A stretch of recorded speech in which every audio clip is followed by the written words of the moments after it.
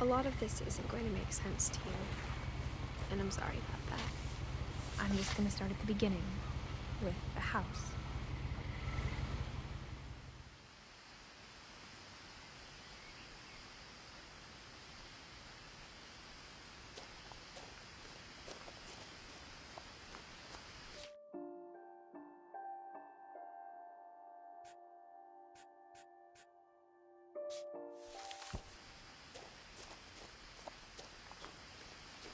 I lived here until I was 11, but I wasn't allowed inside half the rooms.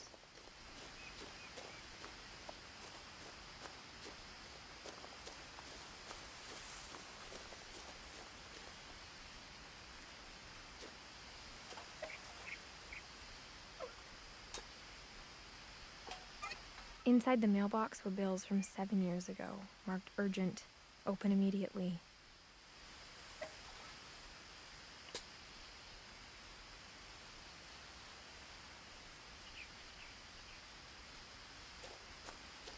I hadn't been back since my brother Lewis's funeral.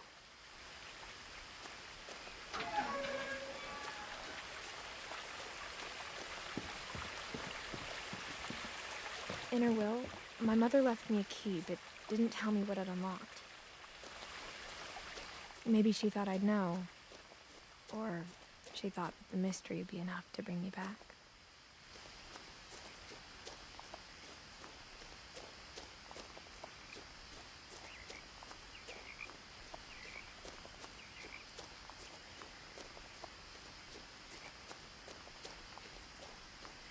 No one had driven this way in a long time, but I saw a few hoof prints.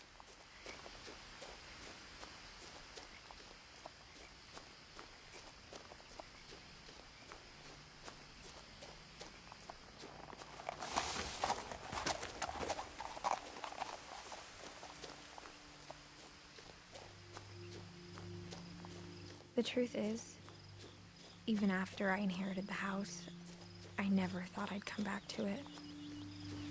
But now I had questions about my family that only the house knew the answers to.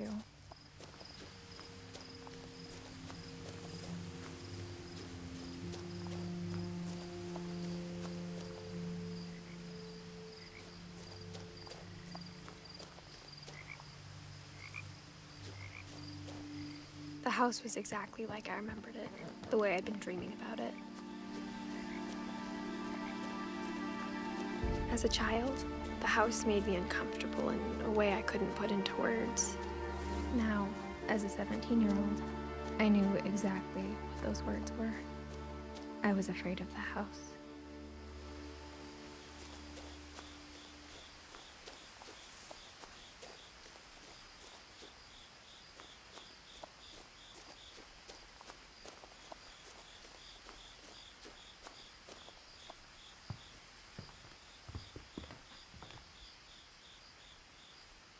I hoped the key might unlock the front door.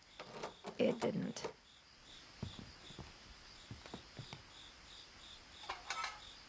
Looking in, I felt like the house itself had been waiting for me.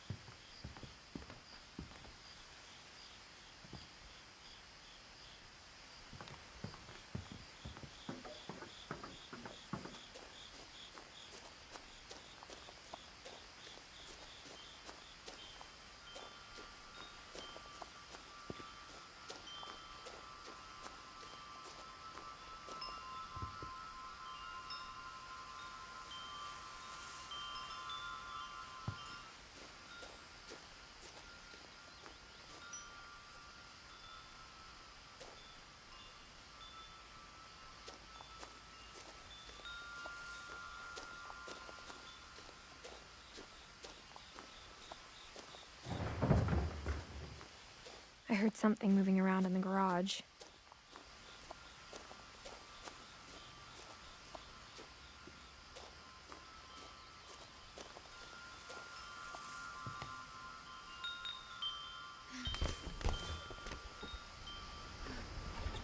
Crawling through the doggy door used to be a lot easier when I was 11.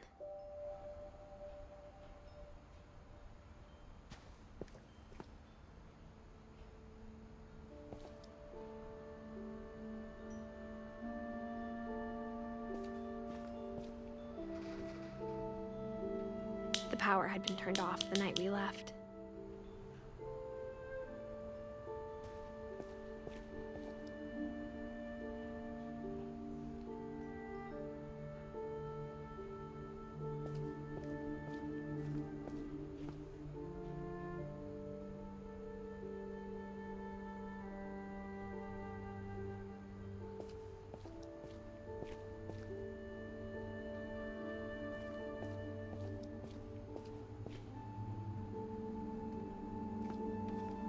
For the first time in years,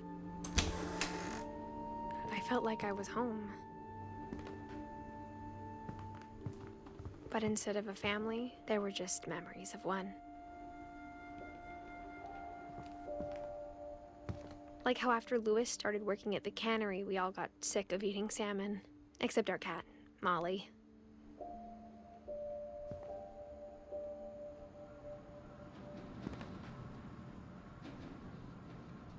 Or how only one restaurant would deliver to our house, so we had Chinese a lot.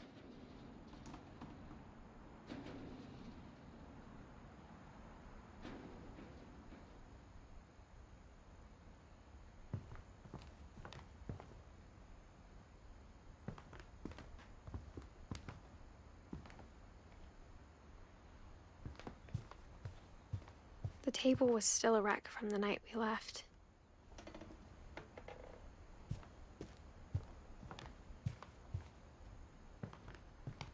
It was like a bomb. My mom was the only one of us who could imagine Great-Grandma Edie living in a nursing home.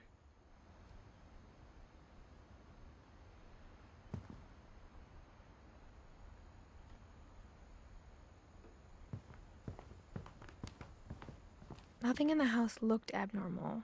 There was just too much of it, like a smile with too many teeth.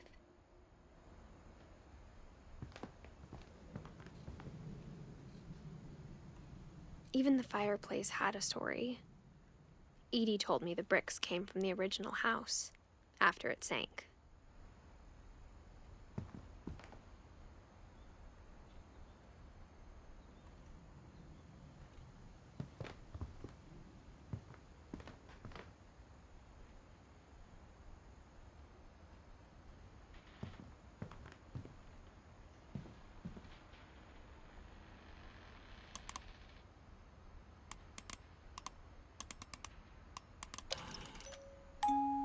Great-Grandpa Sven built a music box for Barbara, along with the rest of the house.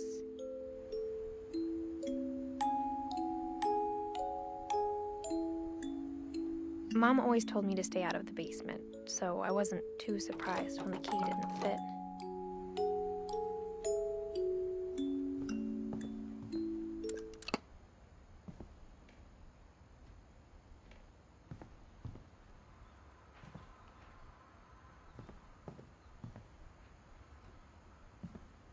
My mom wasn't much of an optimist, but she never stopped believing that my brother Milton was alive. A lot of things got left behind in the whirlwind of that last night.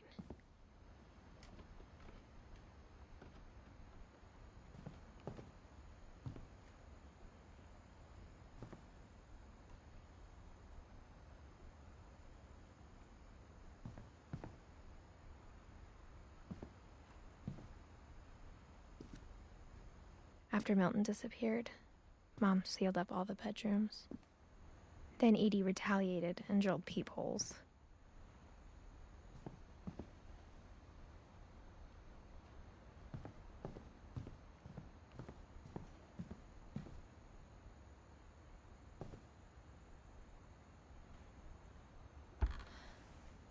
My Grandpa Sam spent 7 years sharing a room with his dead brother, Calvin.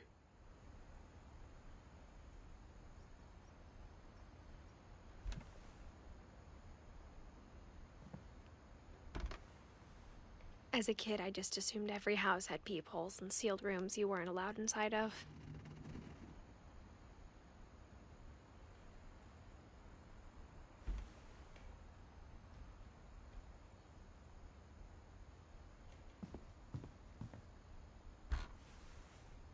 The last time I was in Edith Sr.'s room, I was 10 and she was painting my portrait.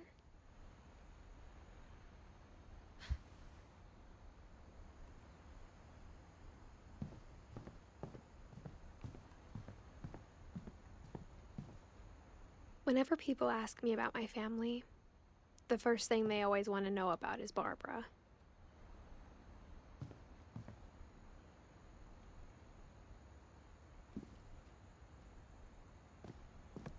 Mom must have locked the third floor stairs on the night we left.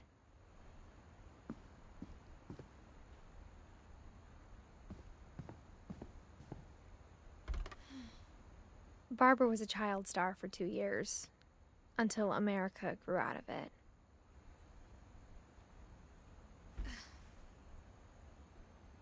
Edie's father, Odin, built the original house.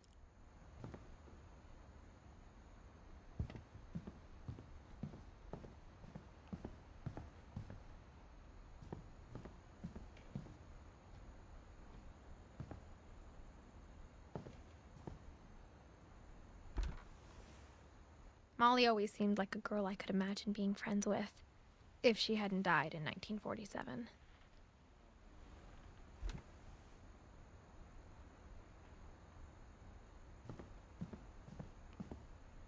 I spent a lot of time playing in Great Uncle Walter's room. I think my mom sometimes regretted not sealing it up.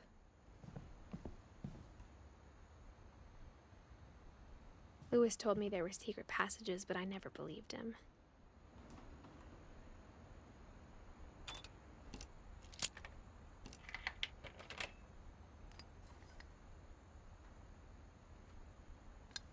Turns out, my mom was really good at keeping secrets.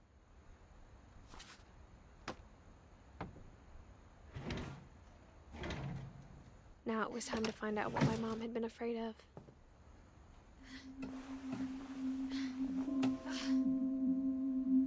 Reading this, maybe it sounds like I had a plan, but I had no idea what was behind that door.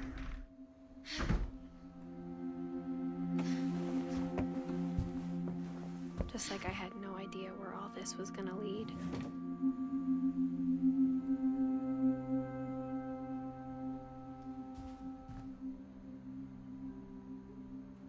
I grew up looking at Molly's room through the peephole. Molly's gerbil had a tiny bedroom with its own even tinier gerbil cage.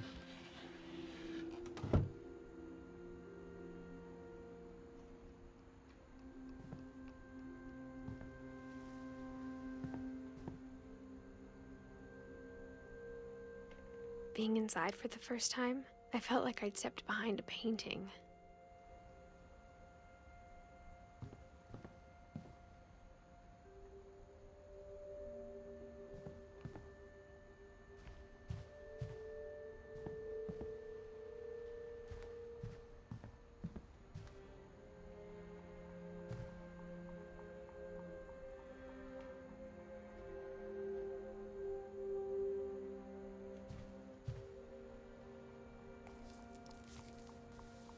December 13th, 1947. Dear Diary, I'll be gone soon, but I wanted to tell somebody about what's gonna happen.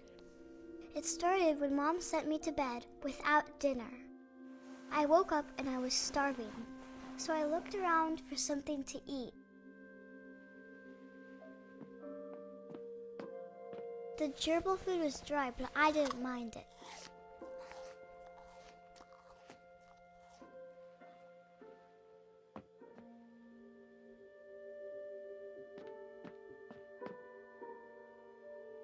My Halloween candy was all gone.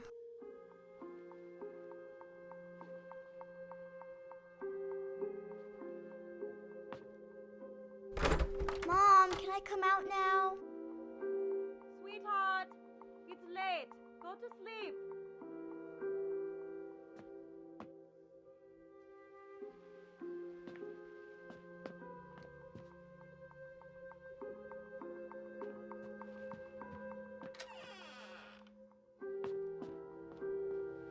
I kept eating and eating.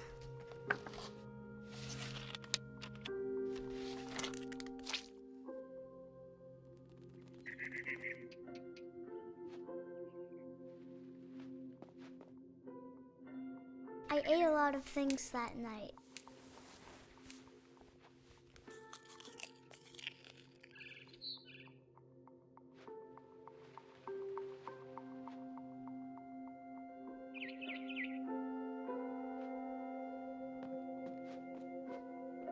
Then I heard chirping outside my window.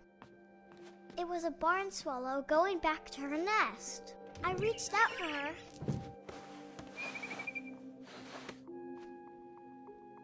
And suddenly, I was a cat.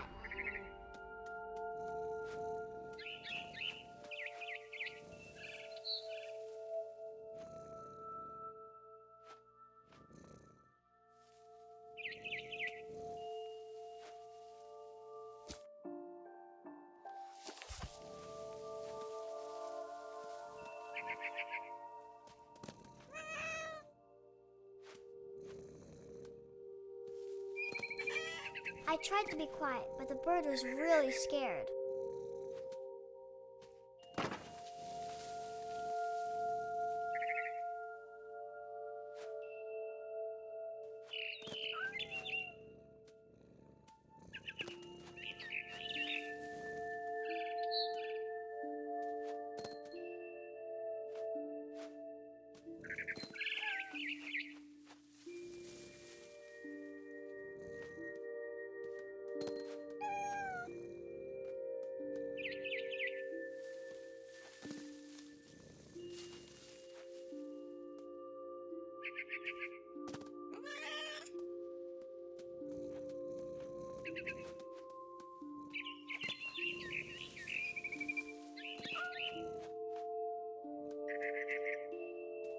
I jumped and I almost got her.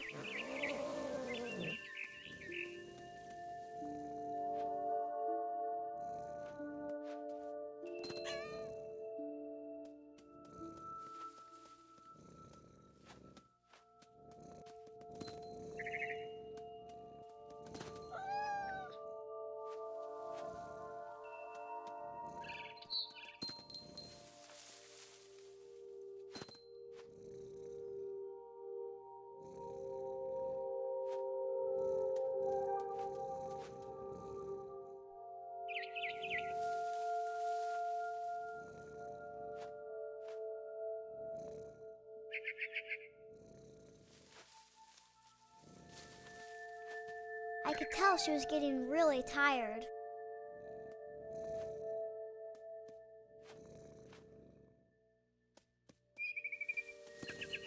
Now I was up in the big tree. I promised Dad I wouldn't climb it anymore. All I cared about was eating that mama bird.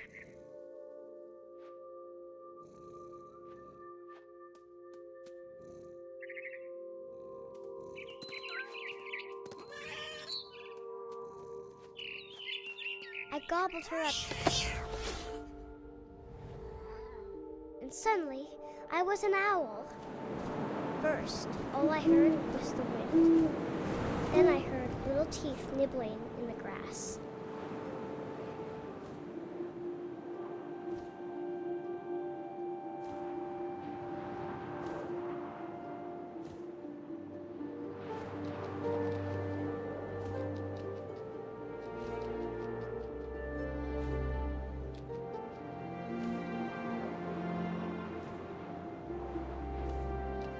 Rabbits.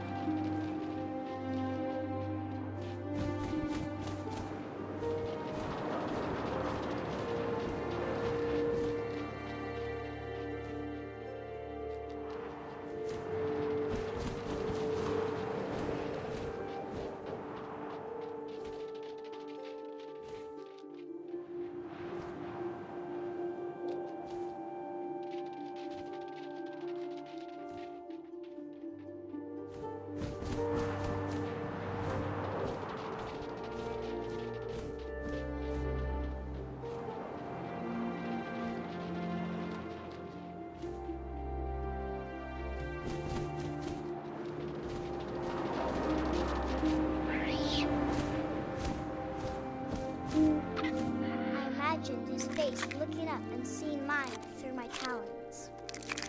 I swallowed him up, and I didn't chew one bit.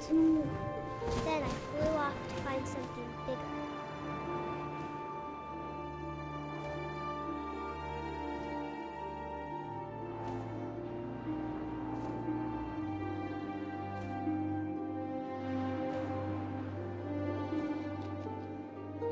A mama rabbit.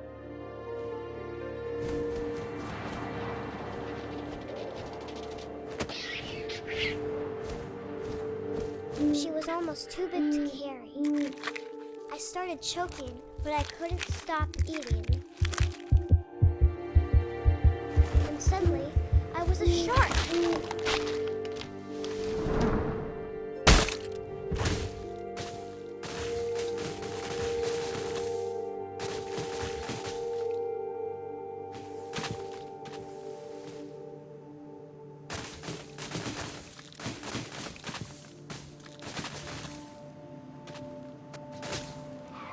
I rolled off the cliff and into the ocean. Now, I was hungrier than ever.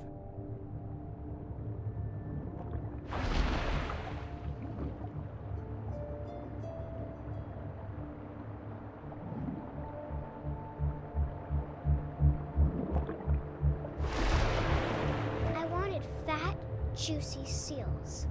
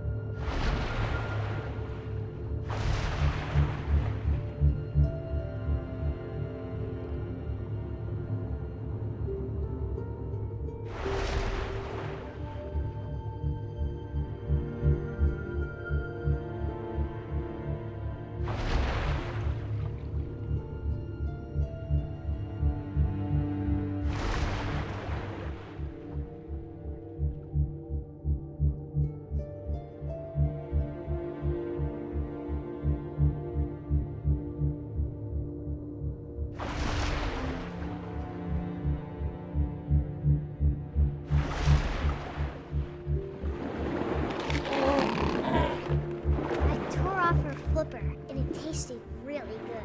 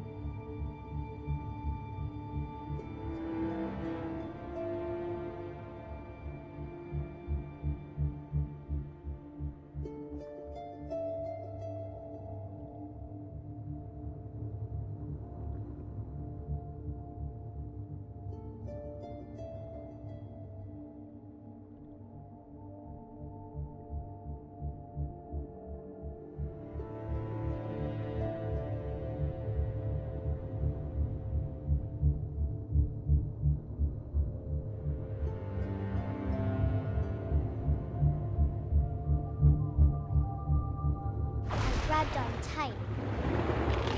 When I was so hungry, I jumped out of the water. When I opened my eyes, everything had changed.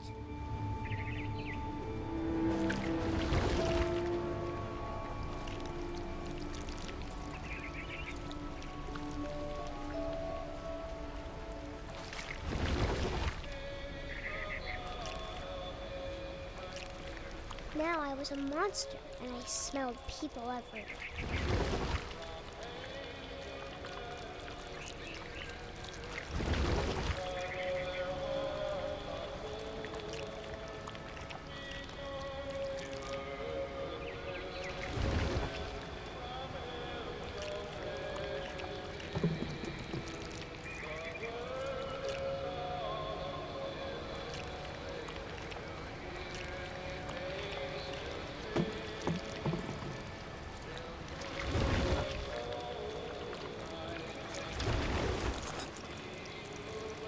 I was big, but I moved real quiet.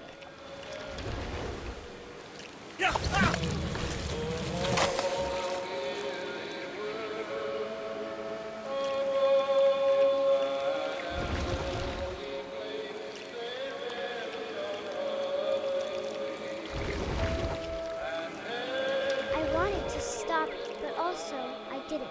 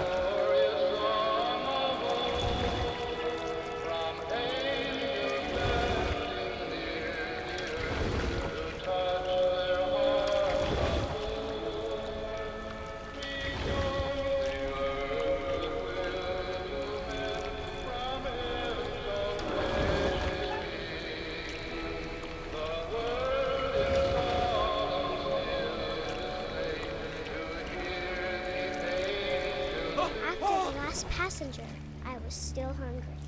And across the water, I smelled something new. Something I had to have, so I swam towards it.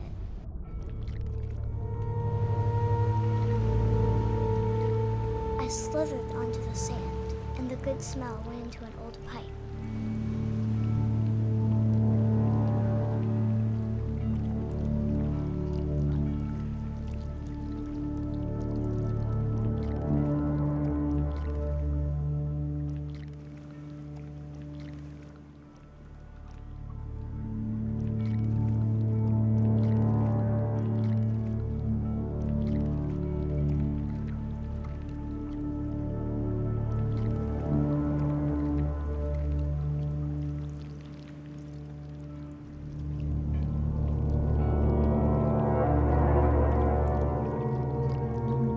Closer and closer.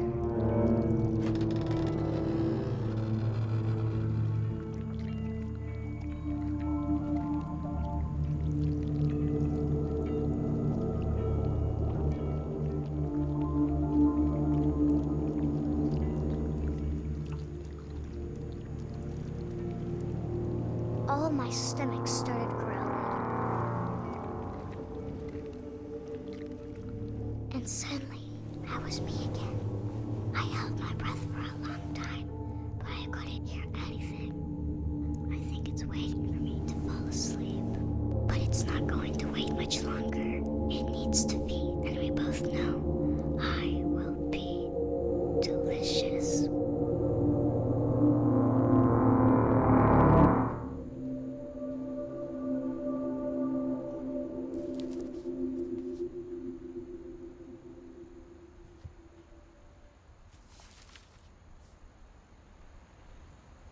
not sure if I believed all of that, but I'm sure Edie would have.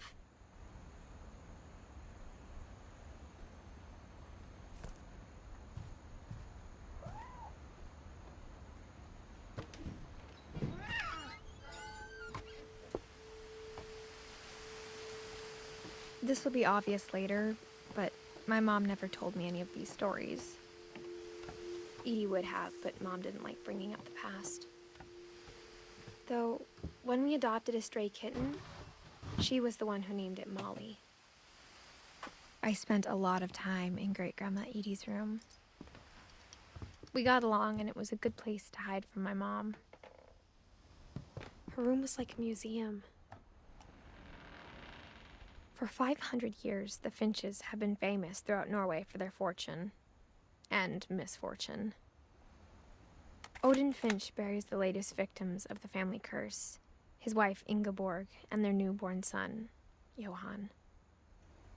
On January 7th, 1937, he set sail with his family and his house, hoping to leave the curse behind.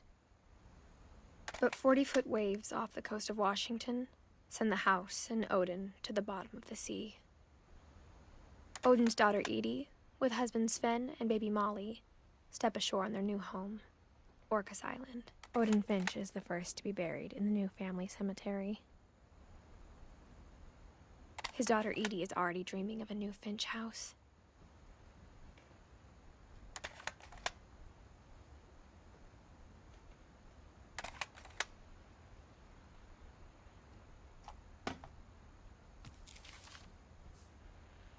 Whatever's wrong with this family, it goes back a long ways.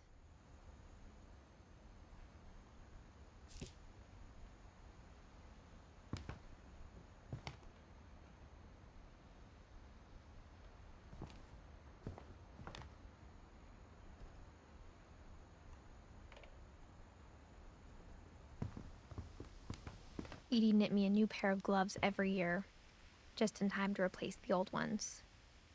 Louis died a week before we left, but Edie had already started to memorialize him.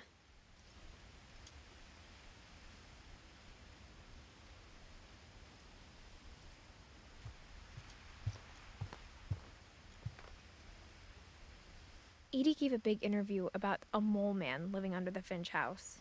My mom was furious.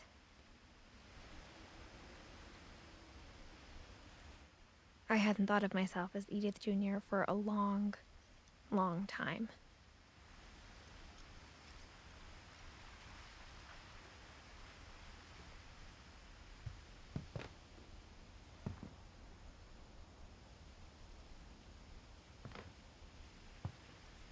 One summer, they evacuated the island, but Edie refused to go. For a few weeks, she was a celebrity.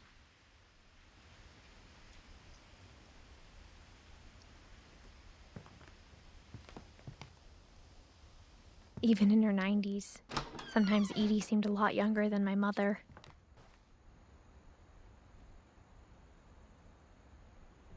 The only trace Grandpa Sam's first wife, Kay, left on the house was the pink bathroom. It was a pretty big trace.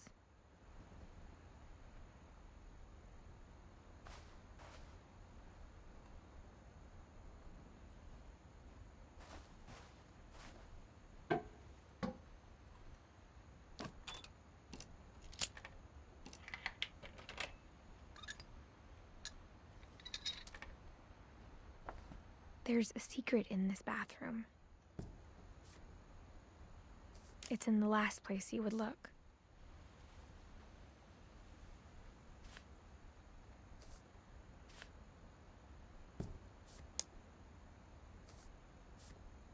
It isn't in the cupboard.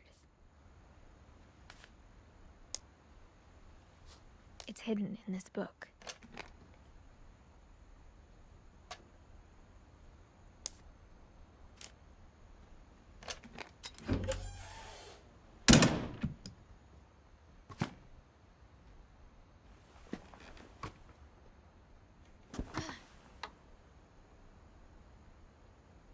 Sven gave Sam an old camera he'd refurbished.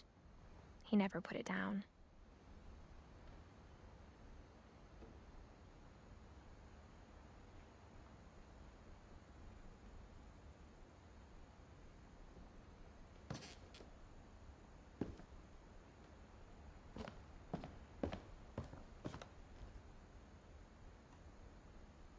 From the paintings on the wall, it was clear my brother Milton had been here before me.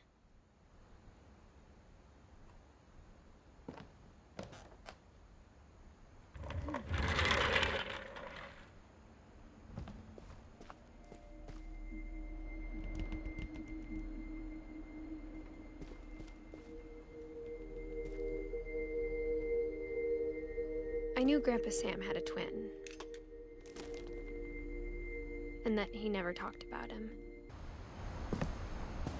I guess my grandpa didn't like history any more than my mom did.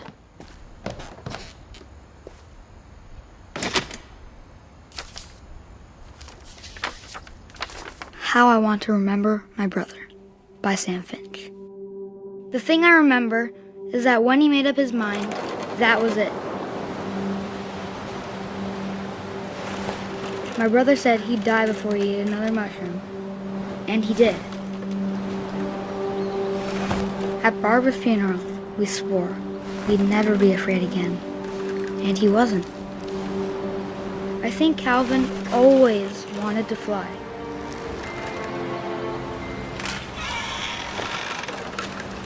Sam! Calvin! Dinner's ready! Coming! But that day, he finally made up his mind to do it. I told him going around was impossible.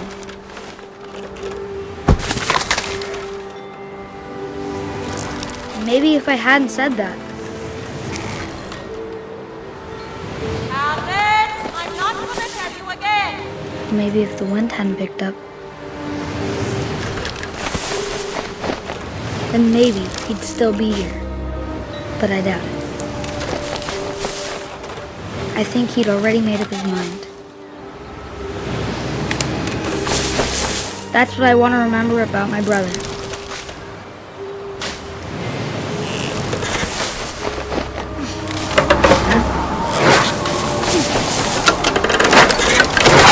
The day he made up his mind to fly. And he did.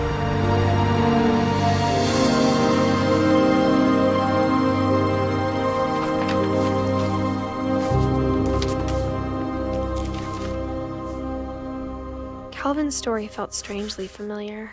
When I was younger, I remember trying to do the exact same thing.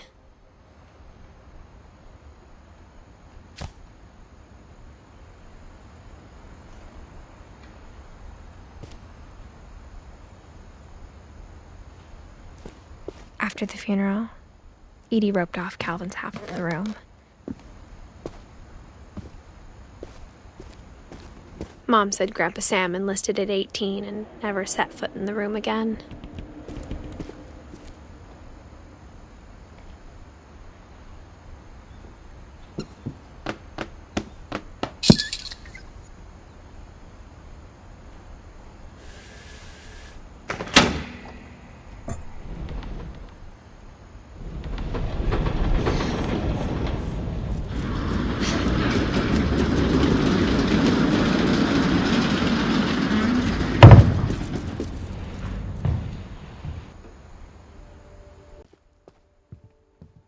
The passages were a pretty tight fit.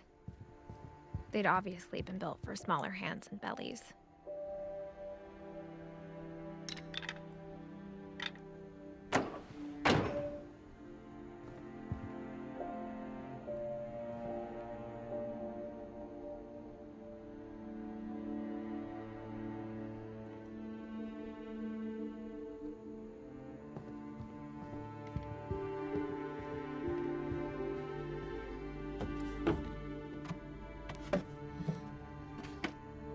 Growing up, I always thought of Barbara as a child star.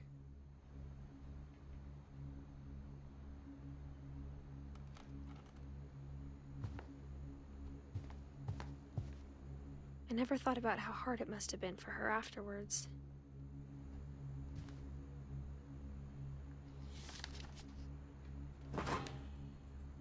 Of all the stories people wrote about Barbara's death, I'm surprised Edie saved this one.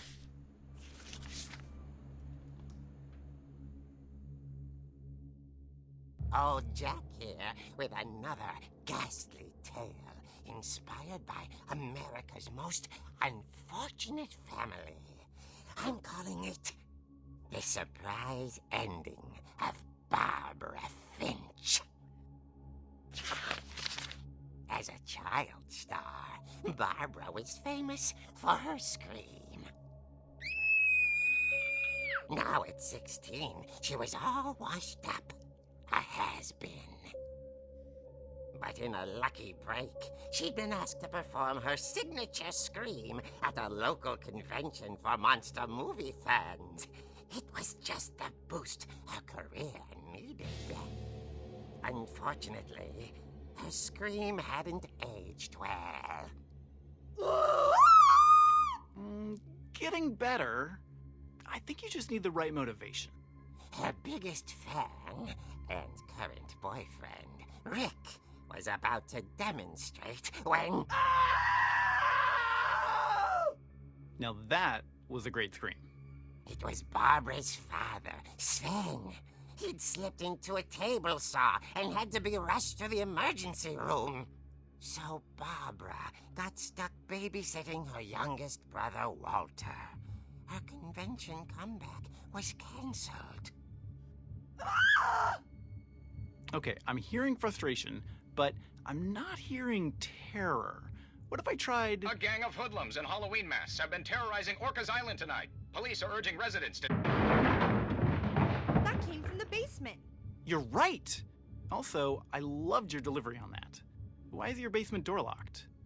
Because my dad likes making puzzles and secret passages. There's a key hidden in the music box. The secret is to keep winding and winding until finally the key pops out. Thanks, babe. I'll be back in a sec.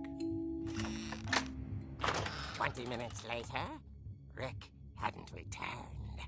So Barbara went to look for him, right on cue. She reached for the music box.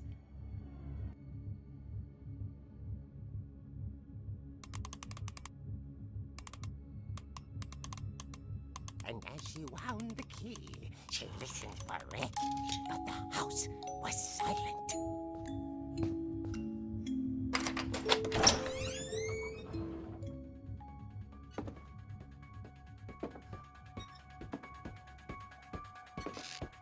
She found Rick's crutch and imagined the worst.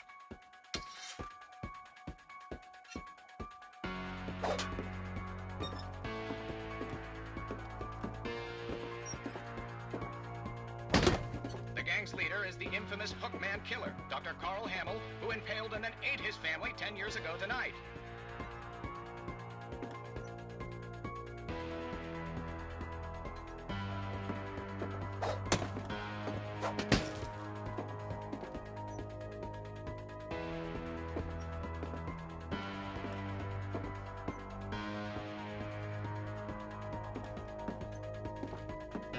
The old fridge rattled and grew still. Oh dear! Oh! Rick? Barb, relax. I was just trying to scare you to help you find your scream. Well, I'm not scared, Rick. I'm furious. Then act furious. All I'm getting from you now is that you're hurt and confused and She threw him out, but she kept a little something to remember him by. Barb, have you seen my other crutch?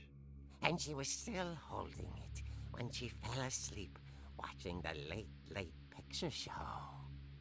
Hours later... Barbara! Walter, what's going on up there? Ah! Okay, I'm coming up, but if this is a trick, you're dead, Walter.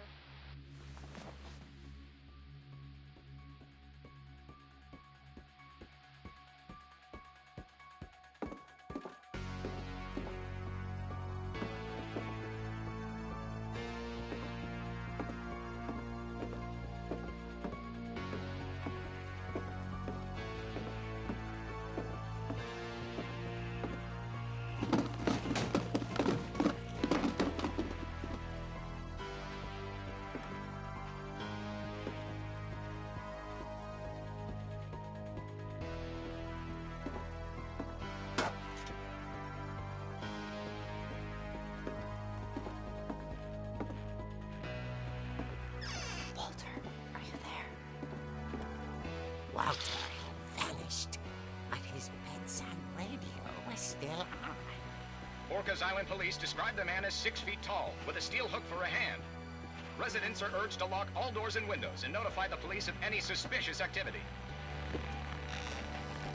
Barbara turned, saw the hook man, and was speechless. He was quite smashing. And he was. He couldn't get enough of Barbara. Okay, Barbara, there's gotta be another way out of here.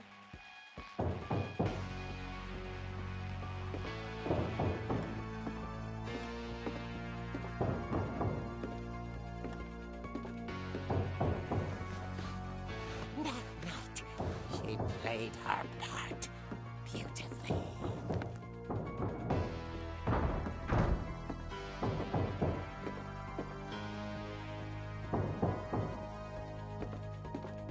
Molly's door hadn't been opened in years. The hinges groaned.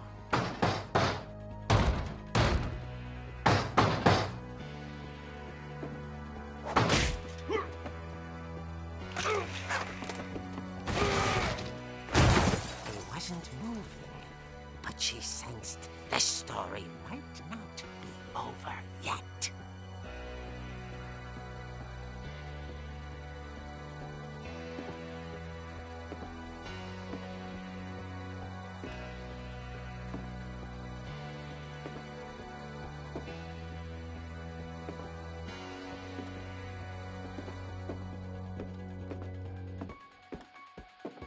The hookman had vanished.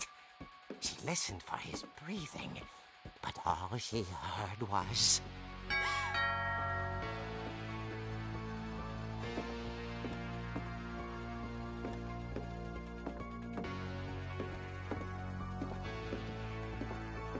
Someone at the door was dying to speak to young Barbara. At the door, she heard whispering. It was coming from inside the house.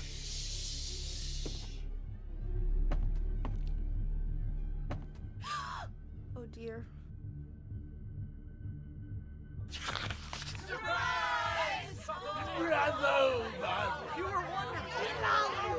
The monsters had come to surprise her. For Barbara, it was a dream come true.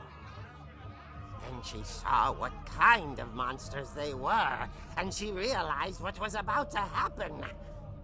She was going to be famous. And with her final breath, Barbara Finch gave the performance of her life.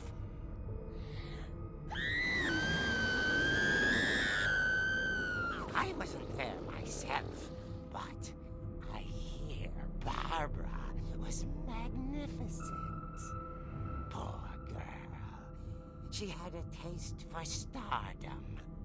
But unfortunately, so did her fans. Of course, the police blamed it all on poor Rick, who disappeared the same night. And little Walter? Hiding under his bed the whole time. He took it all pretty hard, but that's another story. As for Barbara, tucked inside the music box is all they ever found of her. Her ear. Now that's what I call a real eerie tale.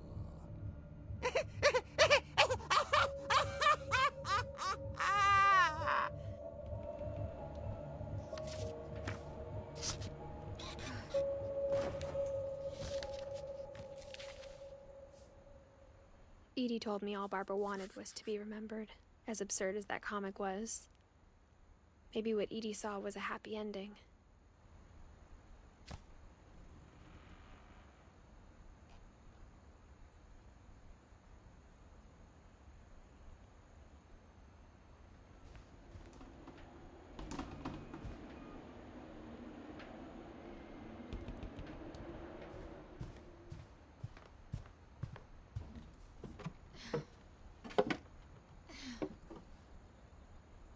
I I guess now I know why Mom didn't like me playing with the music box.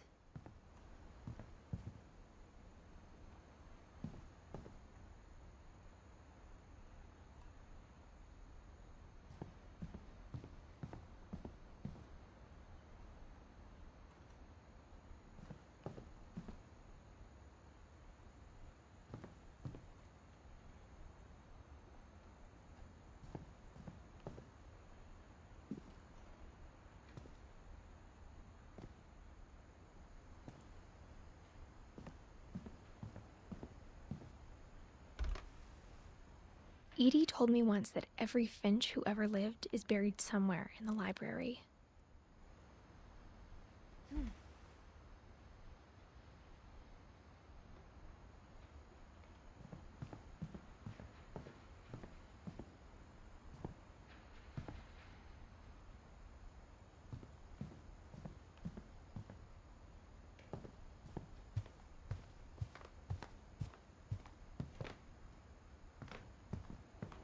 It's funny.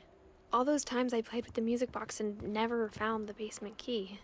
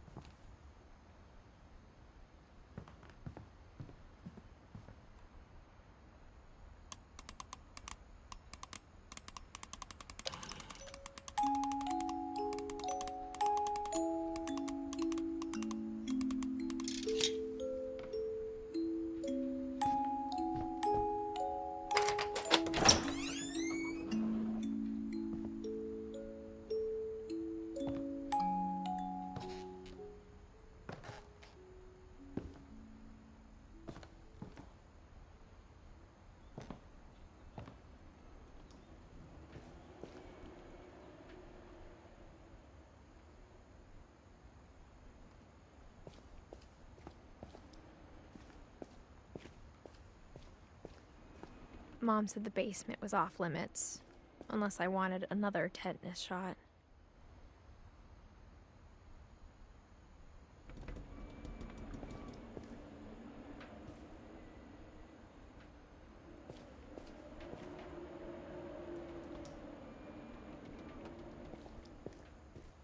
I saw Edie sneak down to the basement once, carrying packages.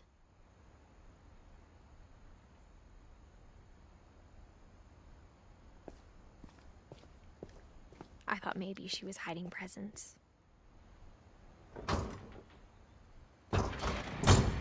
It turned out she was hiding a lot more than that.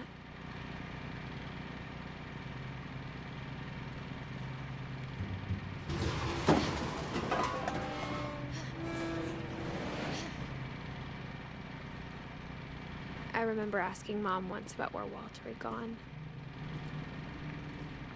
She said after Barbara died, he got as far away as he could. If there's a pattern in all these stories, I think it's that none of us has gotten very far.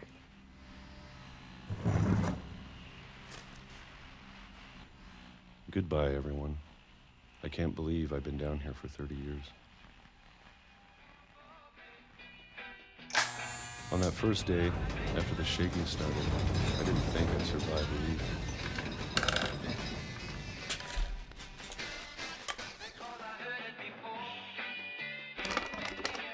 But after a few days, I settled into a routine. That's what kept me sane. Having a schedule, living for today. I always expected to be dead tomorrow. But if you wait long enough, you get used to anything.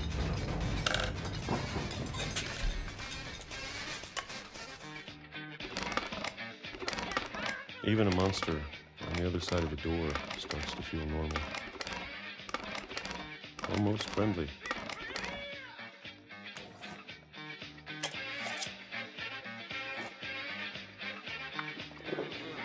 And then one day, everything just stop. Whatever that thing was, it was gone. Maybe it got tired of waiting. Or maybe I just got tired of being afraid.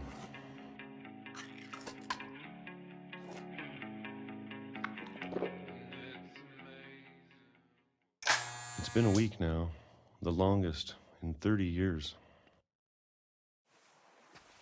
I'm done waiting. I have to leave. Well, I still can.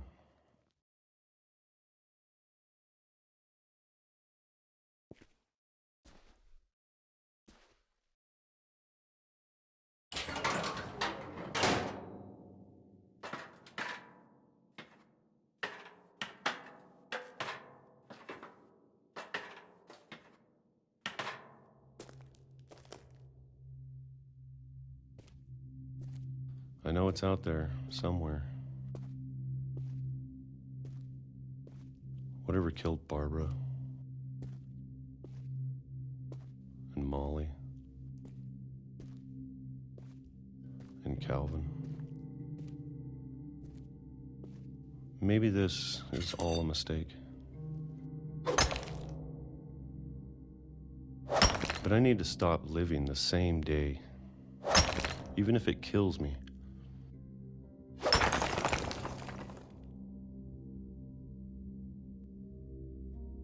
Whatever's out there, I want you to know I'm ready for it. I'm going to appreciate all of it, especially the food. I don't mind if I only have a year left,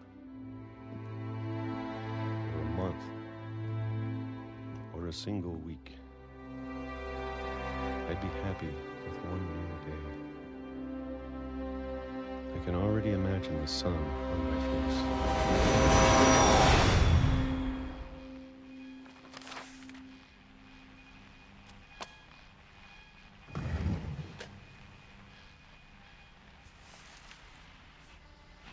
Walter died when I was 6.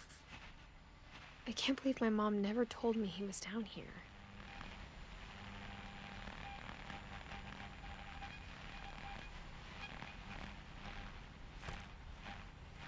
I'm sure my mom was trying to protect me.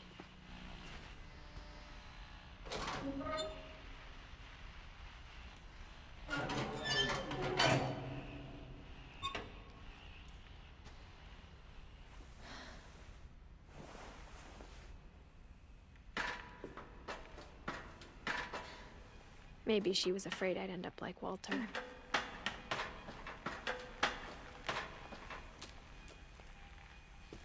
But if she never told me about an uncle under the house, I can only imagine what else she was hiding. I don't want to make the same mistakes she made.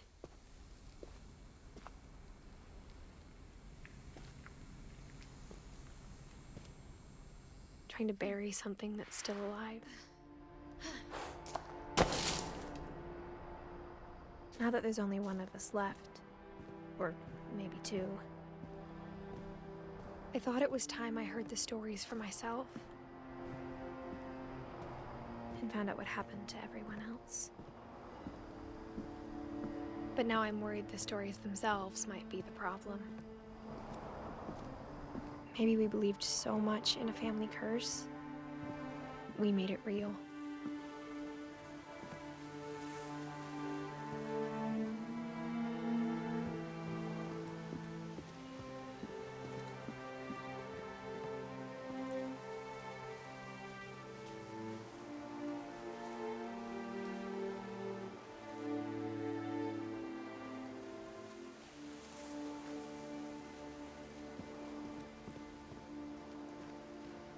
I don't know if I should even be writing this.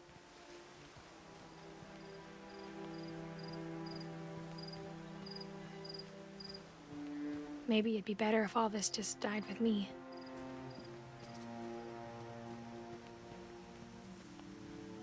But I thought you should know about your family.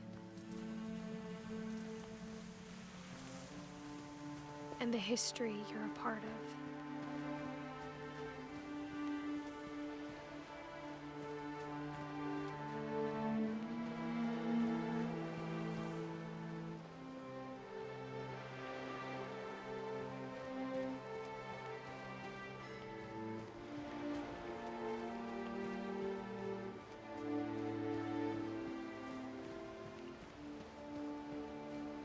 Though to be honest, I feel as lost as you probably do right now.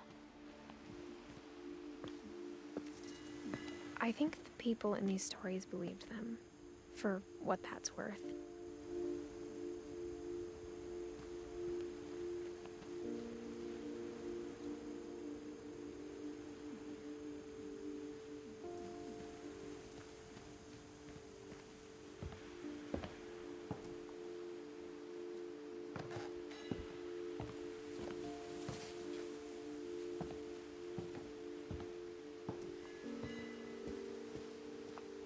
And when you look at the house, that history of imagination and stubbornness and madness, any of it seems possible.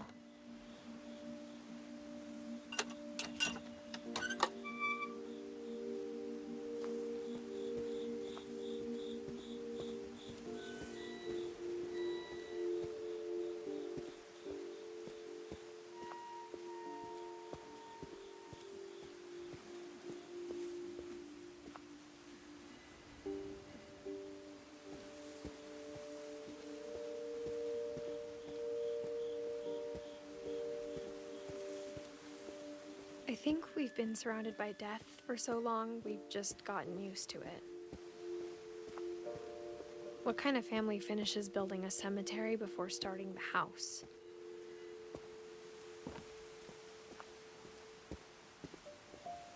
It's embarrassing for me to admit this, but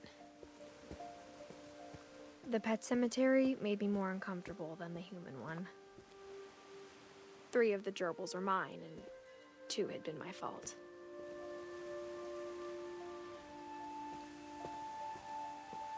Sven built the house, but it was Edie who designed the cemetery.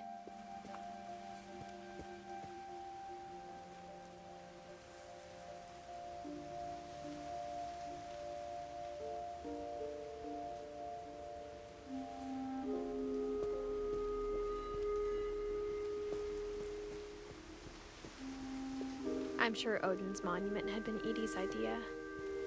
My mom was always trying to move on, but for Edie, the past never went away. She could see it poking out of the water at low tide.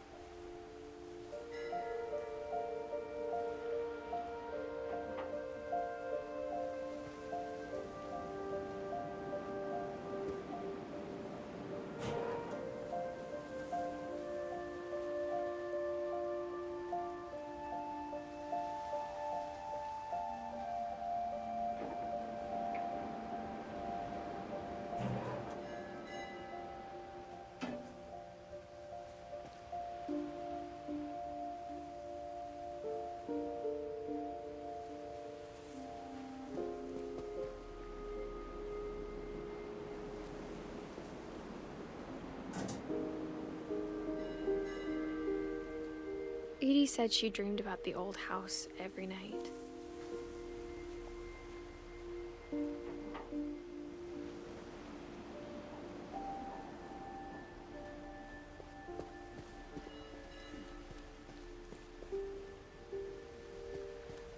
Edie's side was always easier for me to understand. But the older I get, the more I can see where my mom was coming from.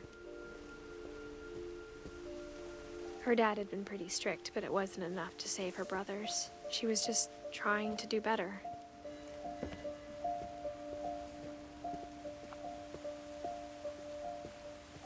There's so many things I wish I could ask my mom now. Part of me thinks this is what she wanted all along. For me to come back someday and find everything out for myself.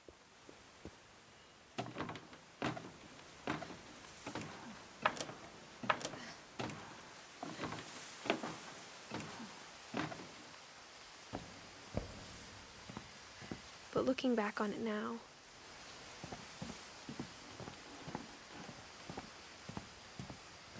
If she told me there was going to be so much climbing, I never would have come when I was 22 weeks pregnant.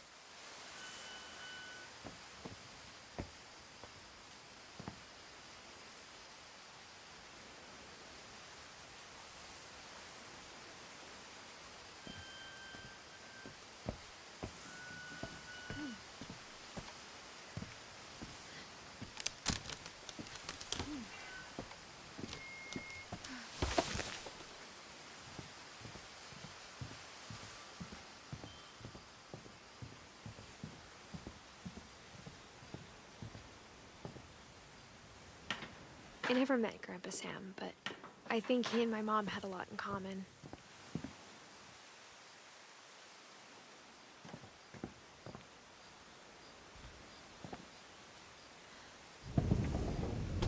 They were both pretty intense.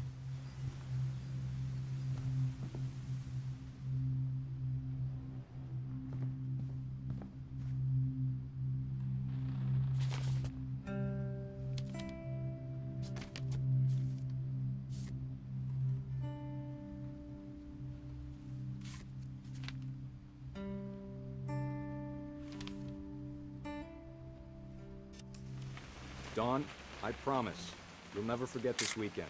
Yes, sir. These memories are gonna last a lifetime. Mm-hmm.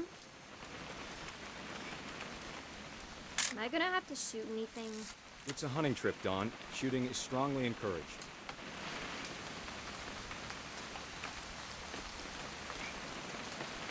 What? Perfect. It's gonna rain the whole weekend, isn't it?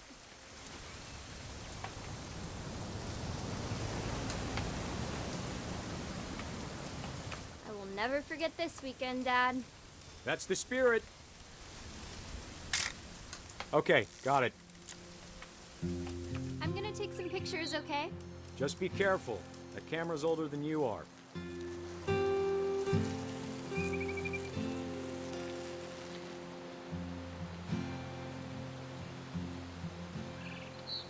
You're right, Dad. It's starting to clear up.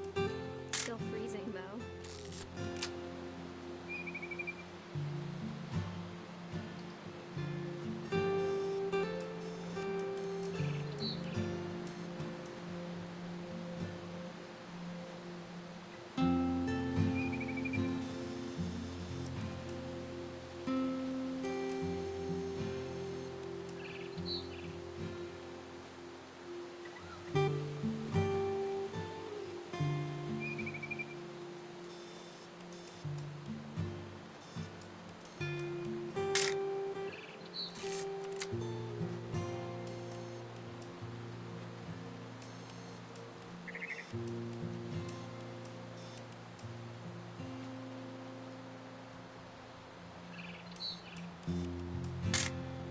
Aw.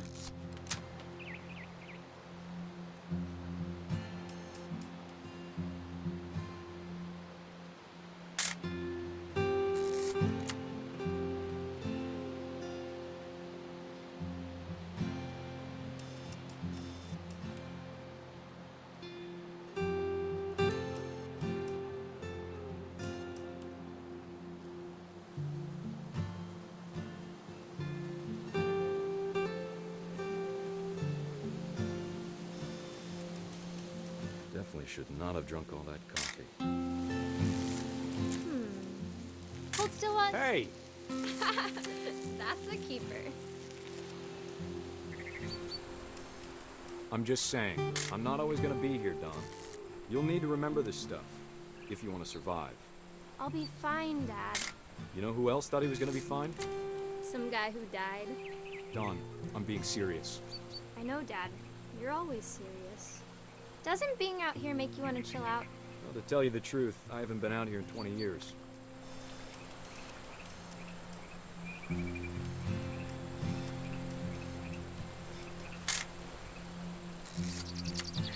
Last time I was with my brother Calvin. Man, that was a great trip. Your grandpa Sven taught us how to fish, how to build a fire. We found an old logging trail. There were deer everywhere. I bet if I could remember where that trail was, we'd spot a buck for you in no time. Give me a minute to check the map.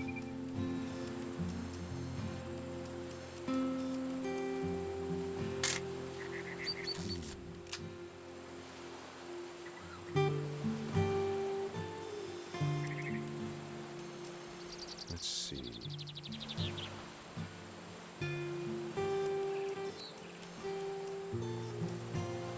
Maybe. Dawn, don't you think you could find something more interesting to photograph? Or was it?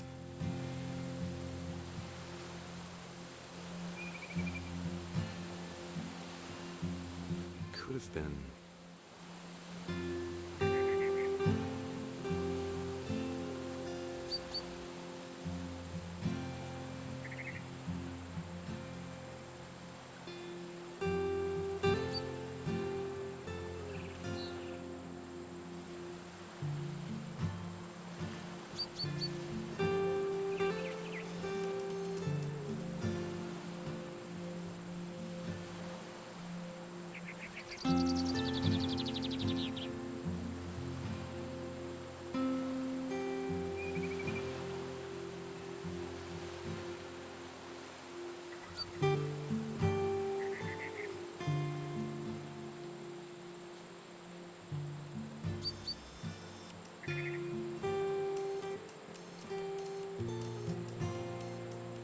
Dad!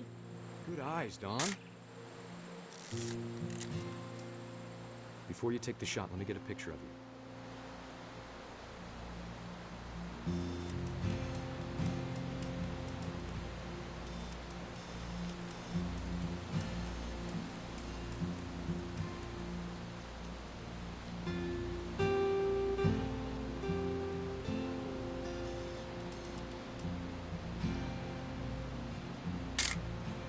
I'm over here, Dad. Dad, I... Just breathe. Let me get behind you. Do I have to do this? Dawn, you don't have to do anything. But if you want to survive, you need to be strong.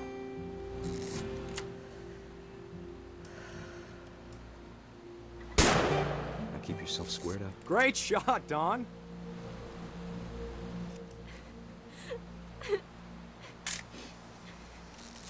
I'm proud of you, Dawn. Always remember that, okay?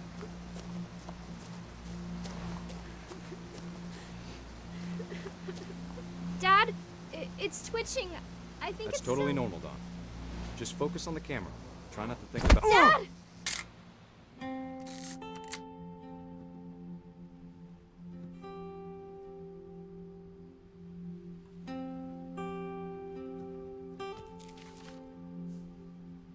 Of all these stories, that's the one I wish most that my mom had told me.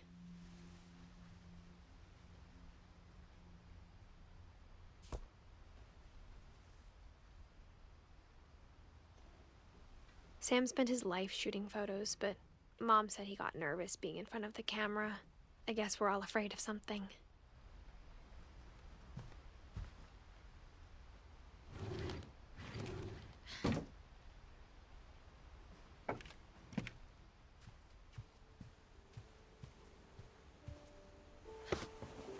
After Sam died, my mom and Edie got really close.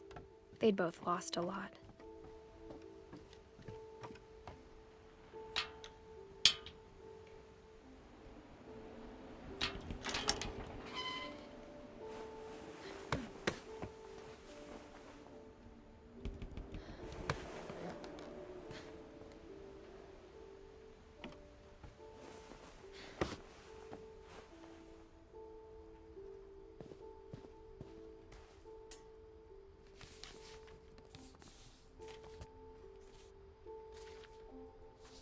Dear Kay, do you remember the way Gregory used to laugh when he thought he was alone? Like something funny was happening, but only he could see it.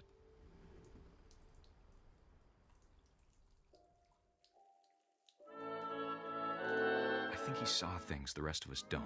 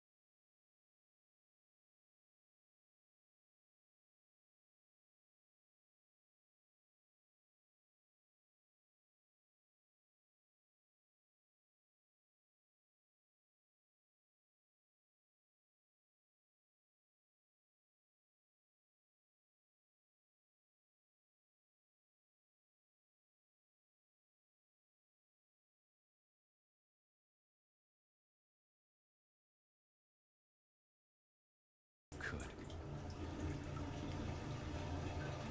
Maybe if I hadn't called that night. Damn it. Hold on, I don't want Gregory to hear this.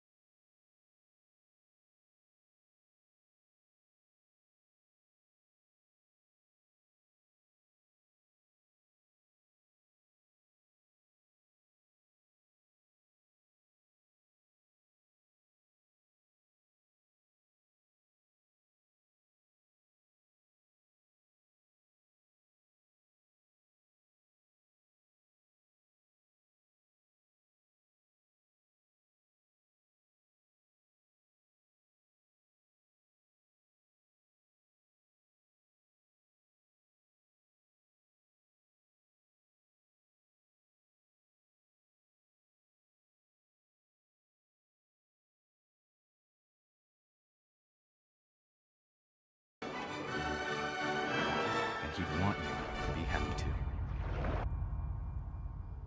Good luck, Kay. Love, Sam.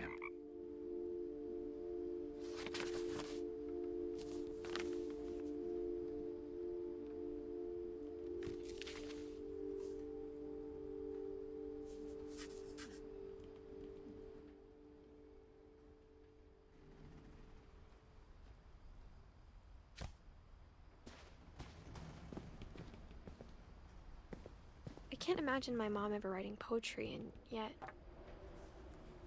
A poem for Gus, who always said the wedding was a bad idea. Our father never hit us kids, at least not very hard, before the day my brother said with teenage disregard that he'd be dead before he'd see a wedding in our yard.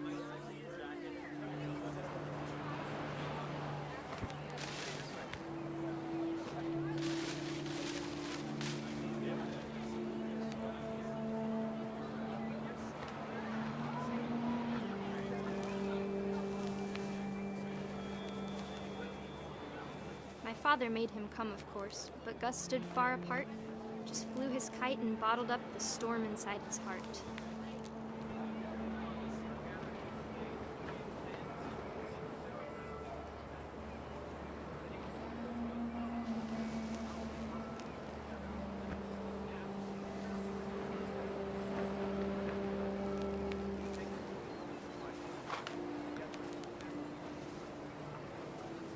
I tried to talk him out of it, but though he'd never met her, "We don't need a stepmom," were the words that I now pronounce you husband and wife. You may kiss the bride.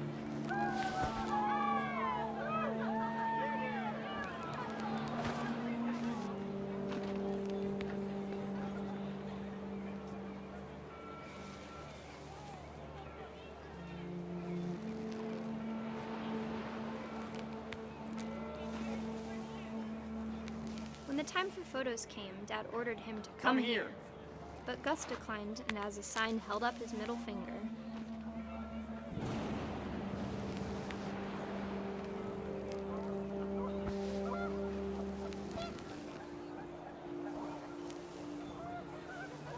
The wind picked up, and panicked geese appeared and quickly went. But all the humans did that day was go inside the tent.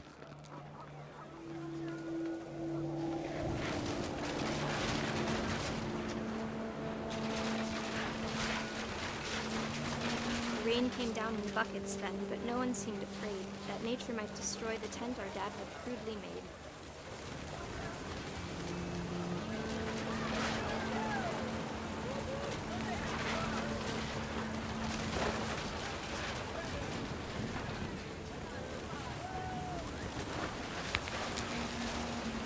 The thunder sounded much too close and full of angry power.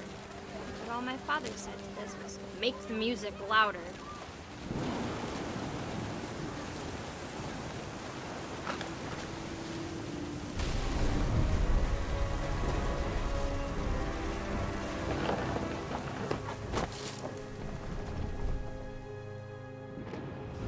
I wish that I could truly say I thought about you on that day.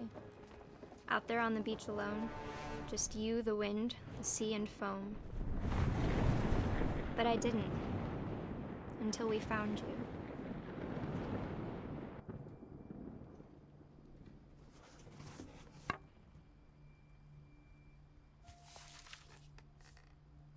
She never talked about him, but Mom told me once if I was a boy, they were going to name me Gus.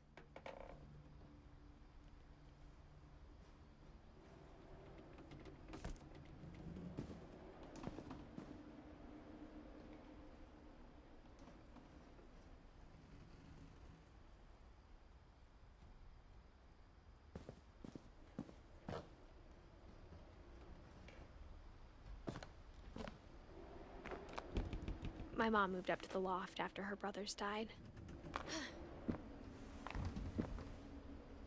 At the time, it was as far away as she could get.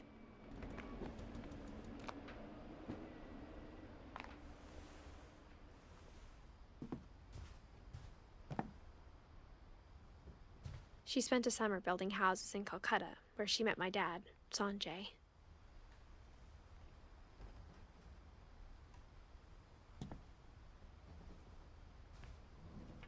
My mom moved to India a week after graduation and got a job teaching English.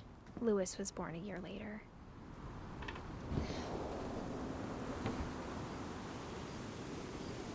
When my dad died, I don't think Mom knew where else to go. I'm sure Edie was happy to have her back. The house had to get a little bigger, but Edie was used to that.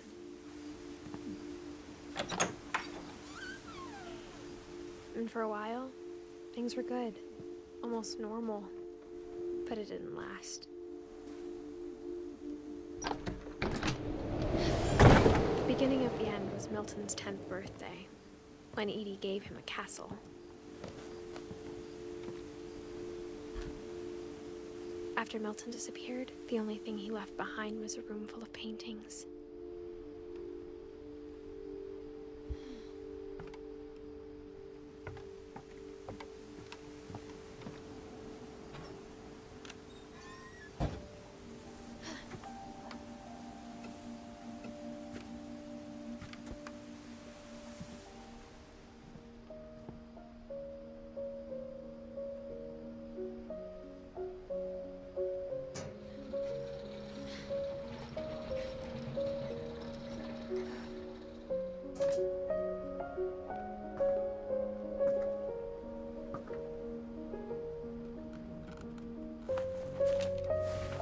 Milton Finch in The Magic Paintbrush.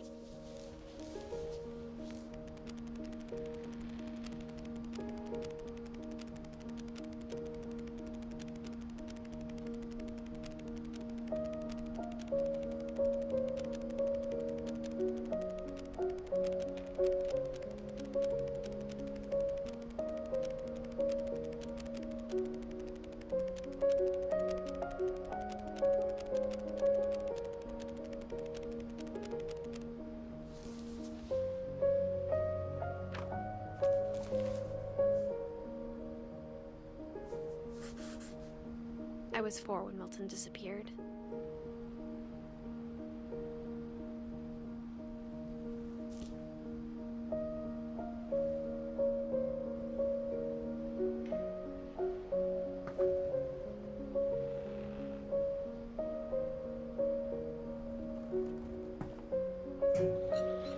Mom spent months searching for my brother.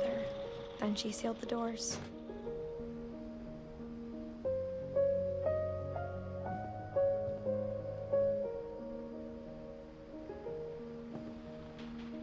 Whatever Milton had found in the house, Mom didn't want it getting out.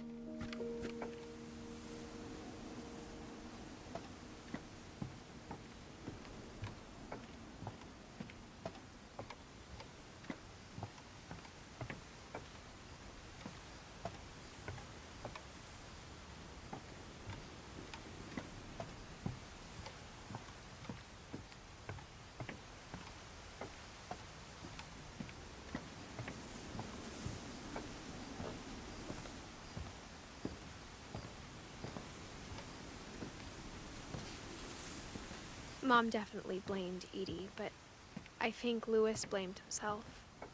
After he graduated, he just spent more and more time in his room. Until Mom got him a job at the cannery. Everyone always told me to stay out of Lewis's room. Except Lewis.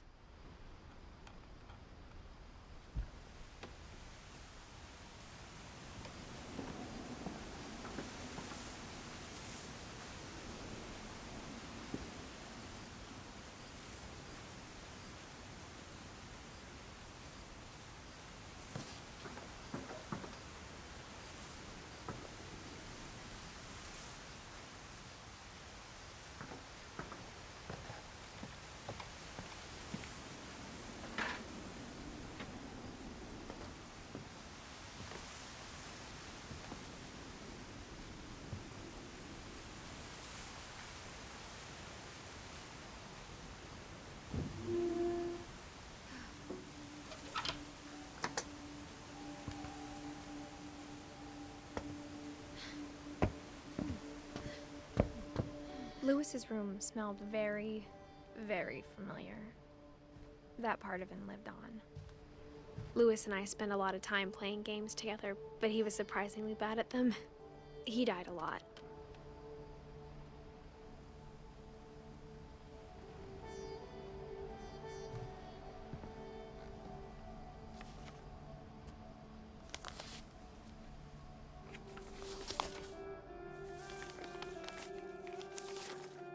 Dear Mrs. Finch, as Lewis's psychiatrist, I can understand your desire for an explanation. As I see it, the trouble began in January, shortly after we convinced your son to seek treatment for substance abuse. Newly sober, I believe Lewis first noticed the monotony of his daily life.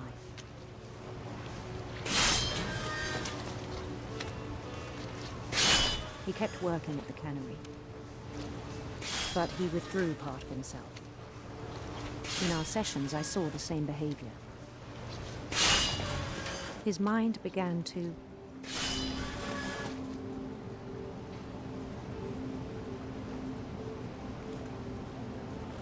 wander.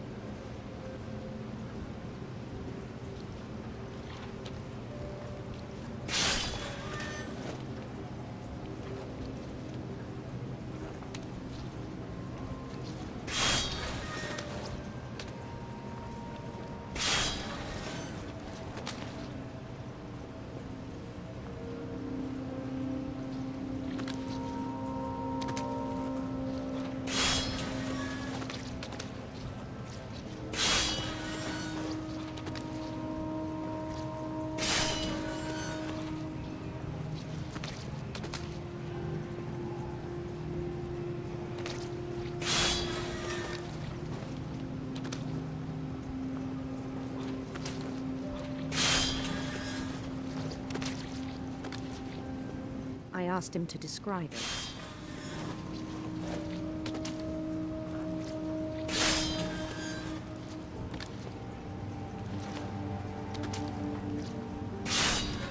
He said he started small.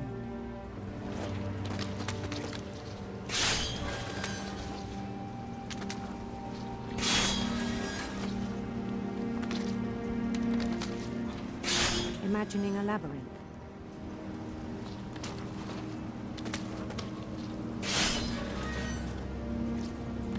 He'd feel his way about.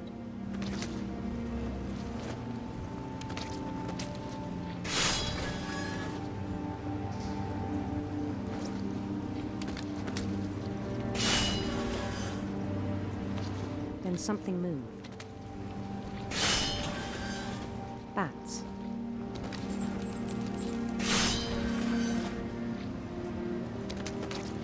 And toads.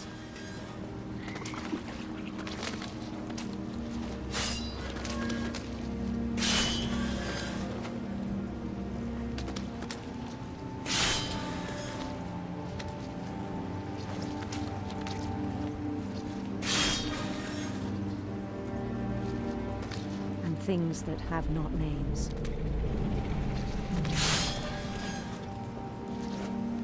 He knew it was all in his head.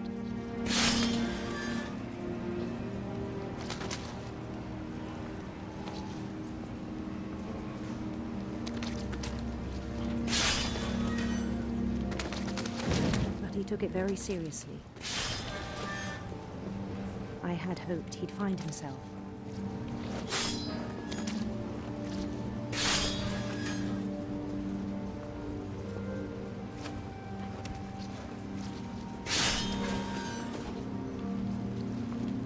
But he found something more.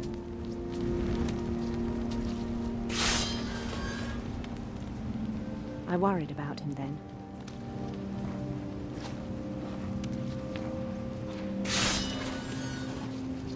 Daydreaming at the cannery, I spoke with his boss. But he said Lewis had become a model employee. Methodical, tireless, focused. Like a whole new Lewis. So I let him go on.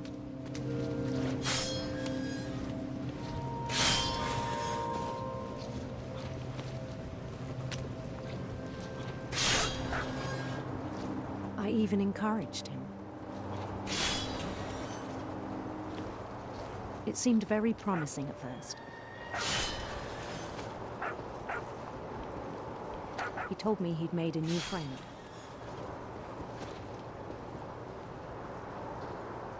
On the edge of a city he named Lewis Topia.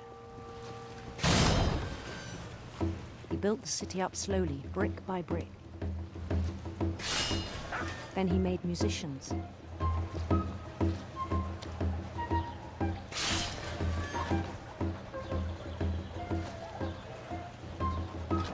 songs for them to play.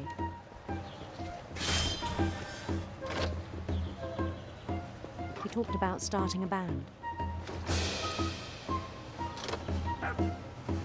And he was always humming something. Every day his imagination grew stronger.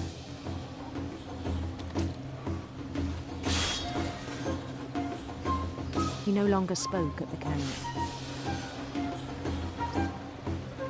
But his chopping was as reliable as ever. Then one day it struck him that all the cheering crowds, even the stones under his feet, were all in his imagination. So he could do whatever he wished.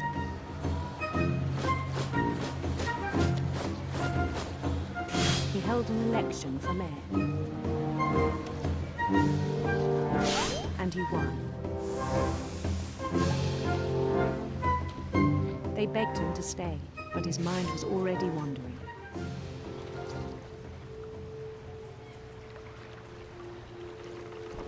It became a game for him.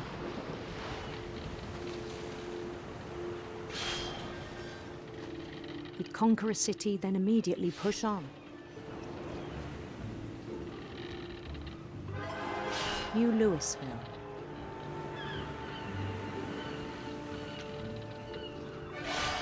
St. Louis. He started drifting away from our reality.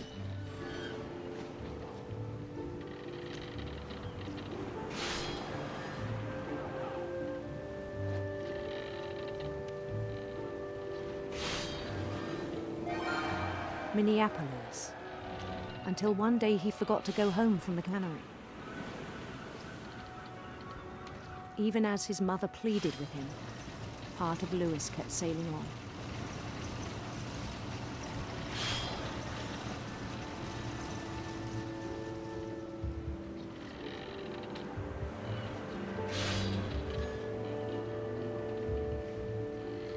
In Louisburg, he heard rumors of a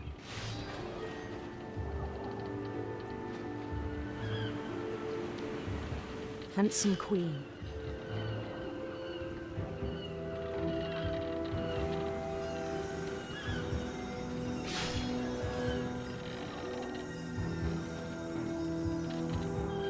The queen was on her own quest for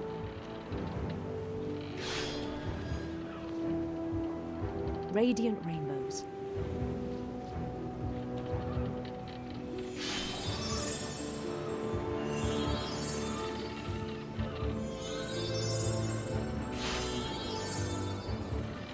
He followed the sound of her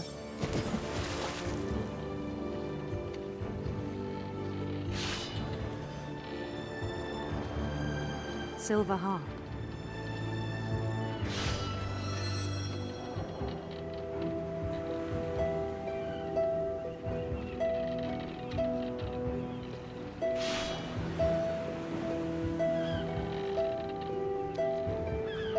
His chase led him to a golden palace east of the sun and west of the moon. Even then, his logic remained sound.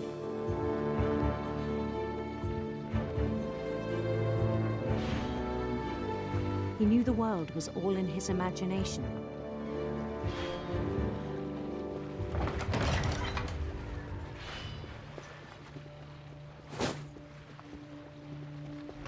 But he was so proud of having created it.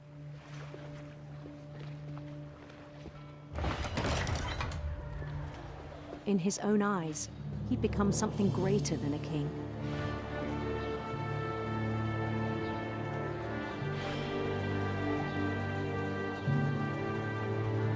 For someone who'd never known success in the real world, I think it was overwhelming.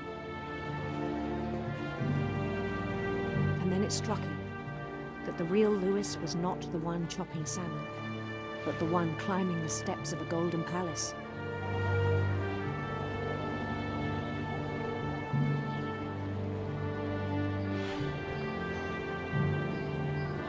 My imagination is as real as my body, he told me. It was hard to argue with him.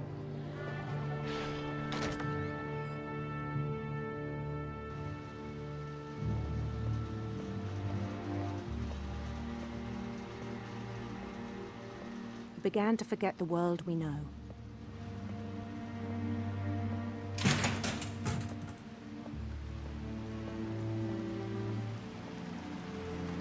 I think it pained him to remember Lewis, the cannery worker.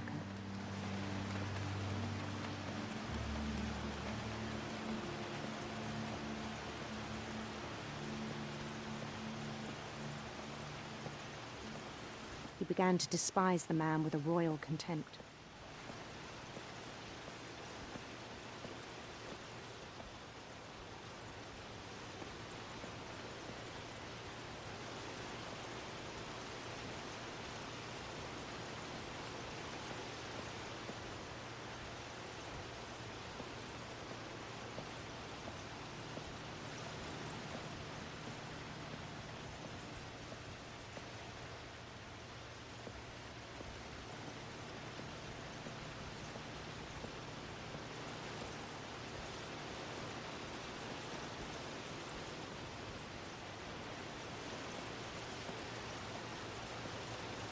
I still thought I could save him.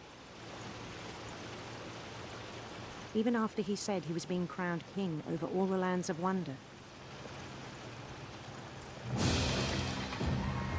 The palace would be packed with his companions.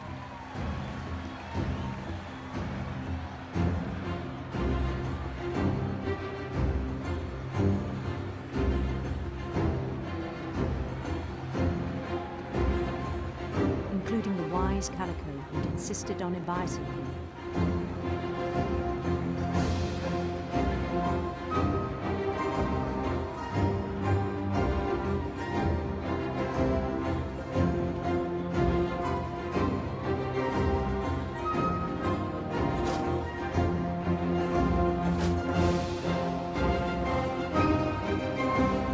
His queen waited, holding his crown.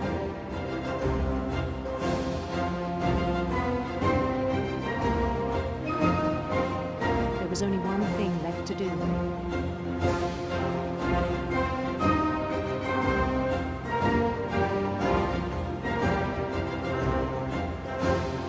Bend down his head.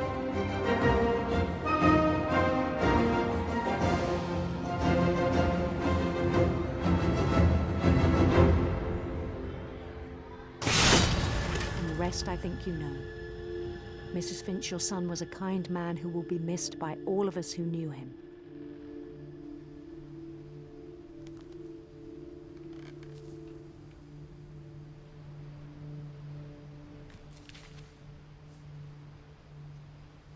My brother was really cool. I wish you could have met him.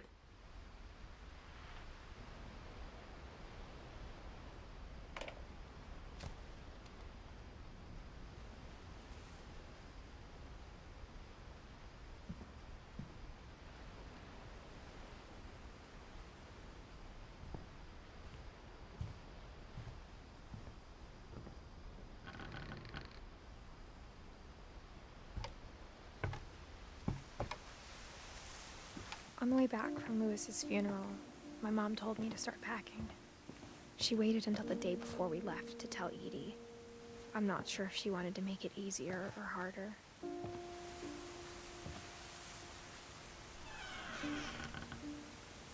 I wish we'd stayed. But I understand why we left. My mom ended up leaving everything behind.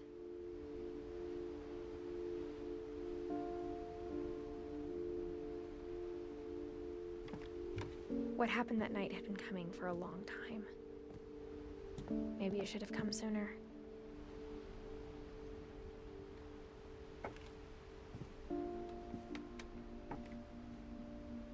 But it had to end one way or another. All that's left now is to tell you about that last night.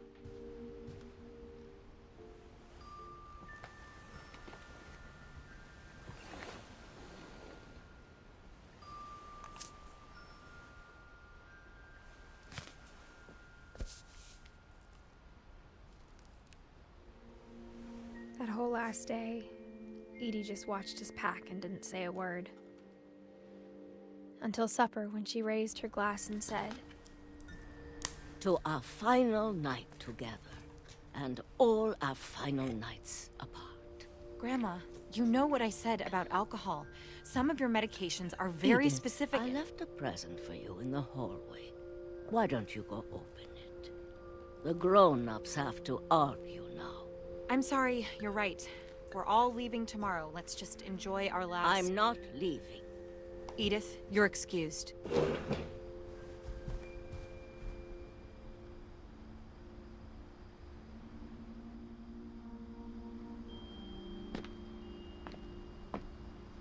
The power had been shut off that morning, but Edie always had plenty of candles.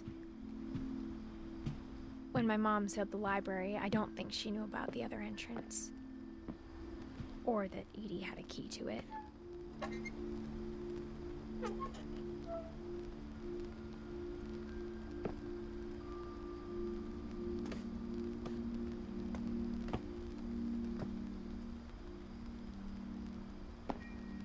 That thing you're afraid of isn't going to end when you leave the house. Edith has a right to know these stories. My children are dead because of your stories. I think it's best if Edith and I leave tonight. We'll have the nursing home send a van for you in the morning, okay?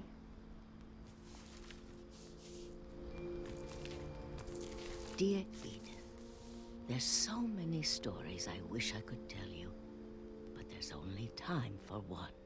This is about what happened on the night you were born.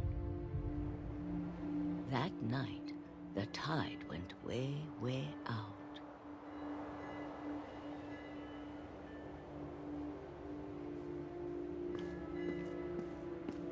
It was the first and last time I ever saw the old house aground.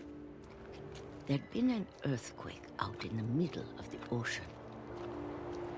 They called it the lowest tide in 1,000 years.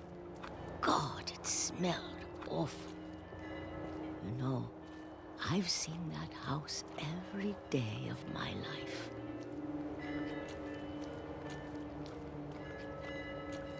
But I never thought I'd go back to it. When the fog rolled in, I lost my way.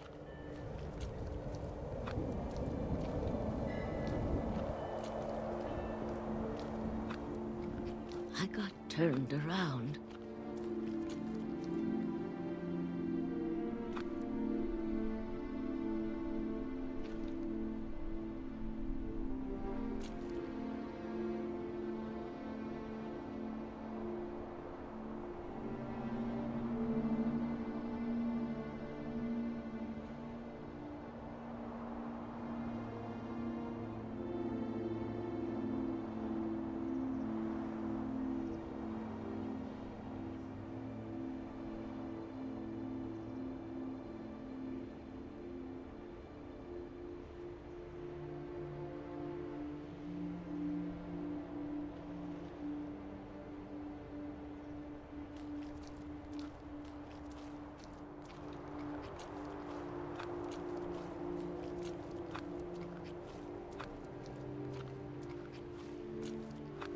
I started seeing things.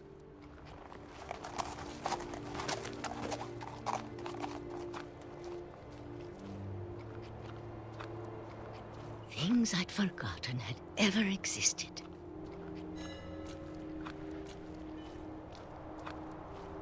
But when I saw them, they felt like old friends. That night, a lot of things came back to me. Or maybe I came back to them.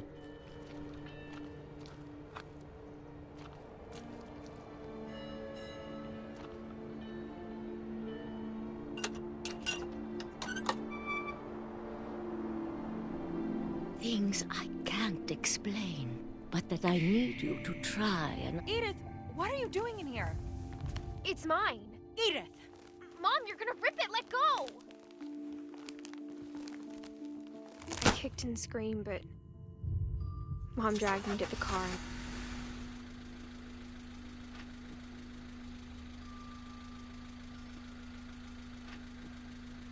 I never saw Great-Grandma Edie again. The next morning, the band came to pick her up, but she was already gone. After that, we moved around a lot.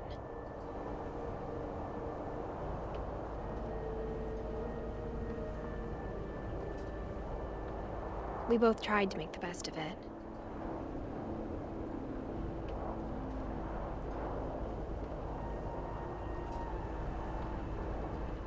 A few years went by.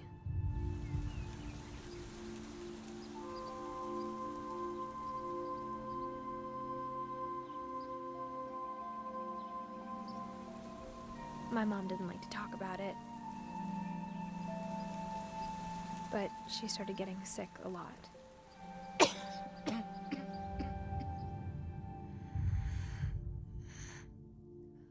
She got better for a while, and then she didn't. And then I was alone.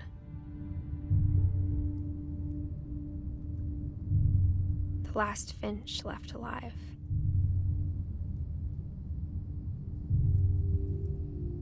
Until I found out about you.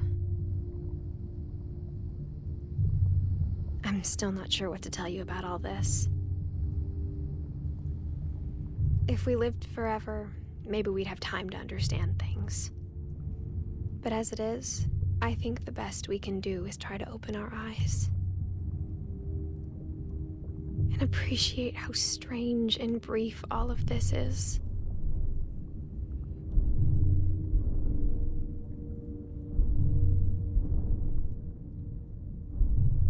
This journal was supposed to be for you.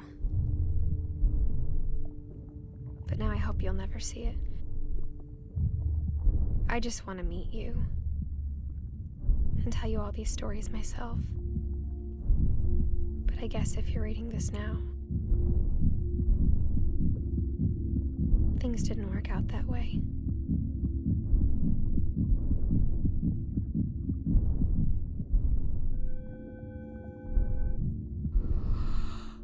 This is where your story begins. I'm sorry I won't be there to see it. It's a lot to ask, but I don't want you to be sad that I'm gone.